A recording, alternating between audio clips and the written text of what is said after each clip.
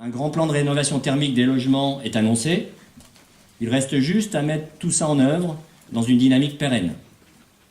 Car le chemin est encore long pour atteindre l'objectif de réduction des émissions de gaz à effet de serre. Cet objectif, majeur pour la planète, a été, me semble-t-il, un peu perdu de vue au profit de la seule réduction de la consommation d'énergie primaire. Nous restons totalement convaincus au sein de Promotelec de la nécessité et de la faisabilité de viser en même temps 3 objectifs pour le logement. Évidemment, la réduction des consommations d'énergie, mais aussi la réduction des émissions de CO2 et enfin l'accroissement du confort de l'habitant. Sur le marché du neuf, la réglementation thermique 2012 est désormais en vigueur. En l'état actuel du calage de son moteur de calcul, les solutions électriques performantes sont aujourd'hui en grande difficulté, alors même qu'elles seront sans doute incontournables demain dans les bâtiments responsables tels qu'on les imagine pour 2020. Sur le marché de la rénovation thermique a désormais son plan. L'enjeu est de passer à l'acte massivement vers des travaux réellement efficaces, thermiquement, mais aussi économiquement. Sans oublier qu'il existe d'autres enjeux que le seul enjeu thermique. S'intéresser aux enjeux de l'habitat et débattre entre nous des solutions qu'apportent les usages performants de l'électricité, c'est très bien. Mais peut-on sérieusement trouver et mettre en œuvre les bonnes solutions pour ces enjeux si on ne cherche pas à savoir ce qu'en pense le principal intéressé, j'ai nommé l'habitant du logement? Et lorsqu'on interroge un locataire ou un propriétaire occupant sur ses attentes en matière de logement, de quoi parle-t-il d'abord? Je vais vous surprendre, il parle de confort. Le confort, qu'est-ce que c'est? Comment cette notion peut-elle évoluer selon les individus, selon les régions, dans le temps? Est-ce que cette notion est cohérente, voire même compatible avec les enjeux dont nous parlons? Pour chercher des réponses à ces questions, nous avons décidé de lancer, dans le cadre de l'Observatoire Promotelec du confort dans l'habitat, une grande enquête avec le CREDOC sur 3 ans. Et nous avons interrogé des habitants, propriétaires, occupants.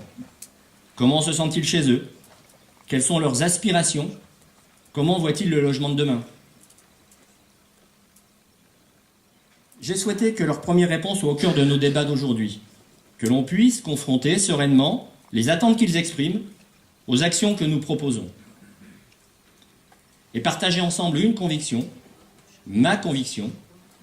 Désormais on doit, mais on peut aussi réconcilier l'enjeu citoyen de plus de sobriété énergétique et l'aspiration individuelle de plus de confort. J'ai maintenant l'honneur, le plaisir d'accueillir à cette estrade Madame la ministre Michèle Delaunay, ministre déléguée aux personnes âgées et à l'autonomie. Nous sommes partenaires d'un même enjeu et je me permets cette qualification. C'est en effet toujours un plaisir pour moi et un intérêt d'échanger avec les acteurs de la vie réelle dans le champ de mon ministère. Le champ de mon ministère est universel, vous le savez, c'est la longévité et l'âge. Et dans ce champ, vous êtes véritablement, le logement et les acteurs du logement sont véritablement des partenaires privilégiés. Vous le savez, aujourd'hui, 75% des âgés, j'appelle les âgés les plus de 60 ans, c'est-à-dire les 15 millions aujourd'hui de ressortissants de mon ministère, 75% d'entre eux sont propriétaires. Il y a d'autre part un point sur lequel presque 100% des Français sont d'accord. Alors vous me dites, il y en a un, lequel est-il? Parce qu'on a l'impression qu'il n'y en a jamais aucun. Ils veulent vieillir à domicile. Donc, parlementaire, Monsieur le Président, Mesdames et Messieurs, je vous remercie de m'offrir l'occasion de parler du logement et plus encore du confort dans le logement. Je suis ici devant vous en tant que président de l'Assemblée nationale et c'est avec plaisir que je vous accueille aujourd'hui dans les murs de notre maison commune. Mais je suis aussi, face à cette question du logement, l'élu d'un département, la Seine-Saint-Denis, comme Daniel Goldberg, que je vois au fond de la salle, où la notion de confort a une résonance bien particulière. Le confort, tel que nous pouvons l'évoquer ici, entre nous, ne doit pas être le luxe de ceux qui souffrent des conditions parfois indignes d'habitat. La recherche d'un meilleur confort domestique est un stimulant pour l'innovation, pour la créativité d'entreprises comme celle qui compose votre association.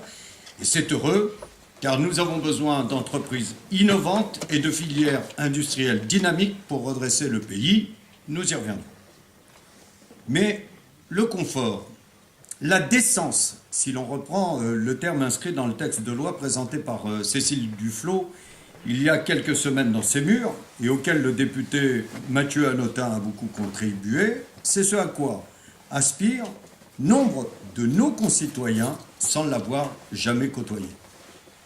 En ville, comme dans nos campagnes, le logement insalubre et la précarité énergétique isolent chaque jour un peu plus des familles.